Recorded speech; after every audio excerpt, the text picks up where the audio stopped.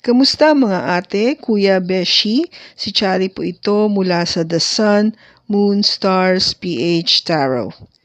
Ipapaalam ko lang po na ito po ay isang general read o pangkahalatang pagbabasa at maaring hindi lahat ay magtugma sa inyong sitwasyon.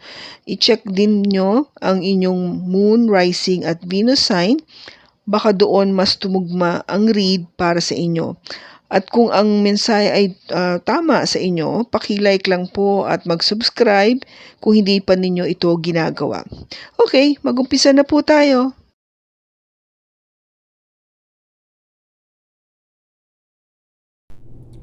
Hello po mga ate, kuya, beshies. Kamusta na po kayo? Nito ulit ako si Chari para gumawa ng another reading. And this is for the sign of Aquarius, Sun, Moon, Rising, and Venus. And of course, welcome po yung mga cross-watchers ni Aqua at yung bago po nating mga viewers. I hope na naging maganda ang inyong araw o itong linggo na to. So, tingnan natin ngayon kung ano yung mensahe o enerhiya na ating pong makikita o mababasa para sa iyo, Aqua, at sa iyong person.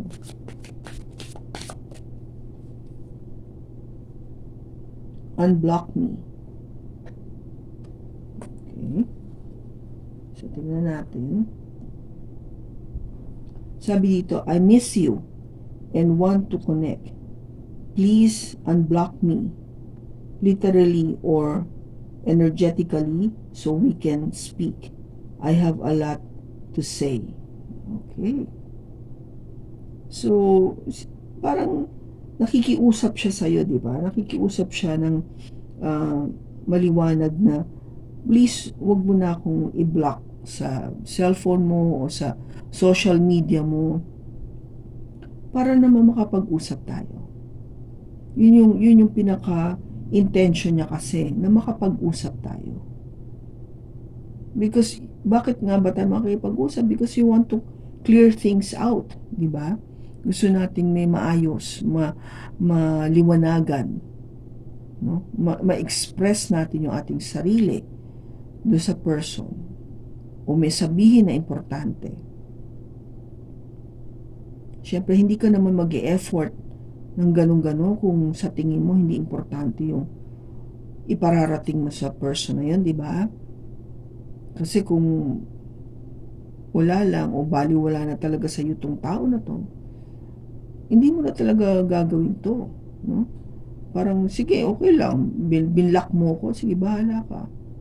Ganun na magiging behavior or attitude mo eh. Pero kung sinasabi mo sa kanya na, pwede ba, wag mo naman ako i-block o alsin mo na yung pangalan ko sa listahan na binlock mo or unblock me, di ba? Kasi nga gusto ko makapag-usap tayo. Hindi mo kasi sinasagot yung text ko, hindi mo sinasagot yung messages ko, hindi mo sinasagot yung call ko or email ko, di ba? O pag nagko-comment ako, o hindi mo pala makikita kung naka-block ka sa social media. So, ganun, di ba? Dito pala makikita mo na meron na siyang magandang intention sa'yo. Kaya, this is really something for you to reconsider. Okay? Bigyan mo ng, kung ba parang kahulugan or importansya na siya yung unang lumapit para humingi ng pagkakataon na makausap ka. Now, tignan natin sa tarot kung ano yung mababasa natin para sa iyo, Aqua. We have the Magician, the Eight of Cups, the Six of Swords, the Two of Swords, and the Tower. Bottom niya is Strength. Okay, Aqua? So, ang sinasabi dito, ano ba yung nakaraan natin? Well, yung nakaraan is more of yung ganun ka ka-confident, no? You use all your possible tools na binigay sa'yo ni God para ma-express mo mabuti yung sarili sa person na to. In other words, binigyan ka ng pagkakataon, no, ng destiny ni God to really uh, show your best foot forward pagdating dito sa tao na to. Kasi sabi ko nga sa inyo, magician is somebody who manifests. No, magaling siya sa manifestation. Niisip niya na ito gusto kong mangyari. So, parang binigyan lang ng katuparan, no, yung hiniling mo. Paano? Kasi binigyan ka niya ng lahat ng sandata na kailangan mo para ma-fulfill mo yung gusto mo mangyari. Ngayon, nasa sayo na yan kung paano mo gagamitin yung sandata na yan sa kabutihan. Okay? Kasi minsan, na-overuse natin siya for the wrong reasons. Okay? Now, ano yung naging there must be something that caused the problem or the challenge. Kasi, ang nangyari, somebody walk away, may umalis. It could be you, Aqua, or your person. No? Take it as it resonates. The Eight of Cups is, ang energy nito is somebody who is going out or going away to search for something. No? Meron siyang hinahanap. Meron siyang gustong hanapin o puntahan. In other words, ayaw niya na dito. Kaya siya umalis. Okay? Now, ano yung naging action niya? Bakit nga gusto niya umalis? The intention is, of course, to go to a calmer place, yung mas tahimik na lugar. With the Six of Swords, rather. Ito kasi yung idea or energy na alika, punta tayo dito para makapag-usap tayo ng tahimik. Ito yun. Swords kasi is on communication. And you want things to be discussed amicably or yung tipong in a very mature or subtle way. No? Walang away, walang sigawan. Talagang maayos na pag-uusap. Which is, I think, the reason kung bakit huwag mo na ako i-block. Alam ko meron ako nagwasang kasalanan, but please give me another chance to really talk. No? Mag-usap tayo. Mag-usap tayo ulit. Kung kailangan ba, surely nakapag-usap na kayo. Kung nakapag-usap kayo before, then mag-usap tayo ulit. Kung hindi naman kayo nakapag-usap before, then mag-usap tayo ngayon. Ganun. Ang gusto mo kasi is magkaroon na ng desisyon. No? Ito yung energy kasi na parang sa ngayon mahirap gumawa ng decision kasi medyo close off ka. Alam mo yun yung tipong yun, nakakross yung, di ba, yung kamay mo dito sa yung dibdib as if you don't really want to accept anything, no? Anything at all. Parang ayoko muna, ayoko mo pag-communicate sa'yo. But you're trying your best to change this energy. Diba? By unblocking you, diba? So, ano yung magiging outcome? Ang outcome dito, Aqua, is something na hindi mo na-expect. Something that was truly shocking, na bigla na lang nangyari o kaya sabihin natin na hindi mo inaasahan na yun ang magiging outcome. Okay? Kaya, sa sitwasyon na to, ang sinasabi dito is, lakasan na yung loob mo with the Strength card.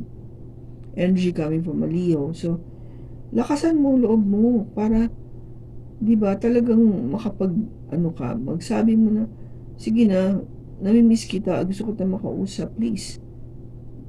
Di ba? Let us talk again.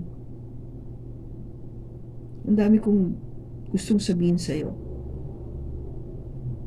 Be confident na ganun.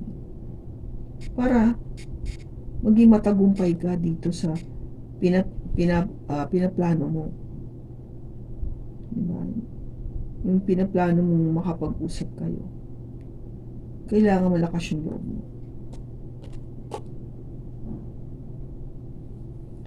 Tingnan natin. Bakit andito yung 8 of Cups? Against, tumagsik siya, strength. 9 of Cups. And the 10 of Wands. Alis siya o nag-decide siya o gusto niya nang umalis o mawala o i-block ka kasi nga nakikita niya na maybe yung confidence level mo either sobra or wala. Okay? Kasi maybe kung kulang, wini-wish mo na sana nga meron ka nun. But somehow, pakiramdam mo kasi burden siya, pabigat. Maybe there's something na nangyayari na realize mo, na experience mo with your person na nagiging pabigat na yung dating. Minsan hindi rin maganda yung overly confident, di ba? Parang sobrang hangin naman ito na to point na nagiging mayabang na siya. Hindi naman maganda yun. Tama lang yung okay ka, may confidence ka, that's it. Pero huwag sobra kasi hindi na maganda tignan eh. Kaya siguro parang ikaw yung tipong ayaw mo na ng ganon na pag-uugali either sa'yo o sa person mo. Take it as it resonates. Now, bakit andito yung Tower? Bakit andito yung Tower? We have the 3 of Wands, the Page of Swords, and the 5 of Wands.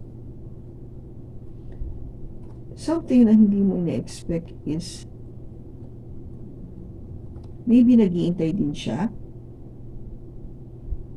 no? Kung ba sinasabi mo ito, for example, ikaw ito, Aqua, you're telling your person to unblock you. Ang di mo inaasahan is yung person mo is nag-iintay din na lumapit ka sa kanya. Okay? And vice versa. So, take it as it resonates. Kasi, kailangan lang magpadala ka ng mensahe o ipahiwatig mo o sabihin mo talaga na, hey, gusto ko talaga mag-usap tayo. Ito yun. We need to talk. We really need to talk. I miss you. I miss you and I want to connect. Please unblock me so we can speak. I have a lot to say. Yun eh. Gusto mong sabihin. Para mawala na yung conflict natin. Yung gulo, yung issue natin, yung hindi natin pagkakaintindihan. Okay? You want to clear things out. Yun yung isang bagay na hindi mo inaasahan na yun din pala yung gusto ng person mo. Okay? So, if this is you, Aqua, ito yon, or ito yung person mo towards you. Okay? So, hindi mo akalain na, hindi akalain din ng person mo na yun din ang gusto mo, Aqua.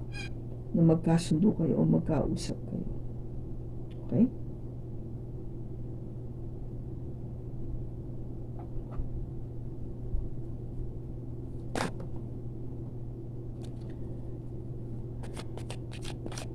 Magkakausap nga ba kayo? Pagbibigyan ka ba? pagbibigyan mo siya, kung magkausap kayo.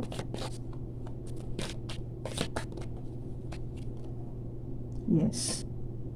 And I want to show you again, this is the Magician card. Twice na siya dumalabas. So it's a yes. And you just need to use all the right tools para ma-express mo yung sarili mo sa kanya. Makapag-usap kayo. Maaayos nyo ba yung gulo once you talk? Maayos nyo ba?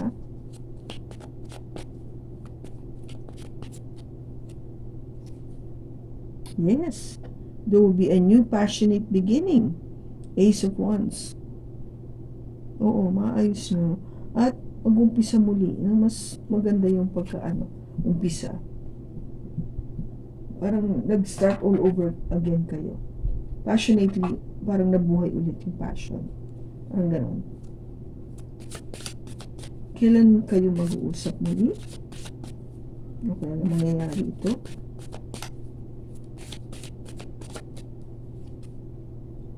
Let go of all for now. Huwag mo munang isipin yung oras or timing. Just let it go. I think it will happen naturally. Okay? So, huwag masyadong pag-isipan kung kailan, saan, paano, mga ganun.